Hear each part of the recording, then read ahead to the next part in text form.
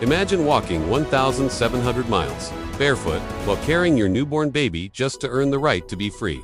This is the unbelievable true story of Biddy Mason, a woman who walked farther, fought harder, and gave more than anyone could have imagined. Biddy Mason was born into slavery in Georgia. For the first 30 years of her life, she knew only chains, unpaid labor, and the painful truth that she was treated as property rather than a human being. In 1847, everything changed when the man who enslaved her decided to move west. But Biddy wasn't allowed to ride in a wagon. No, she was forced to walk.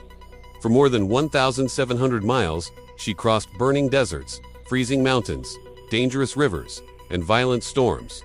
Her newborn baby was always in her arms. Her two daughters walked behind her, tired, hungry, terrified.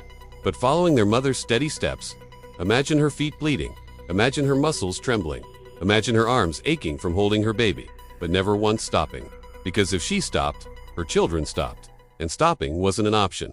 When they reached California, Biddy learned something incredible. California was a free state. Legally, she and her children were no longer enslaved, but the man who claimed her refused to let them go.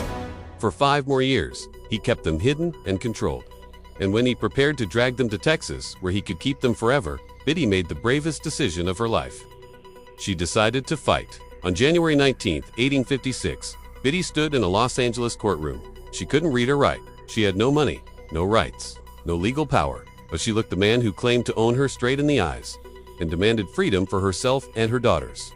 Against every expectation, the judge ruled in her favor. That day, Biddy Mason walked out of court not as property, but as a free woman for the first time in 38 years. But she didn't stop there. She became a nurse and midwife, helping families across Los Angeles, rich and poor. She saved every coin, building a future little by little. She later bought land downtown, becoming one of the wealthiest women in the city.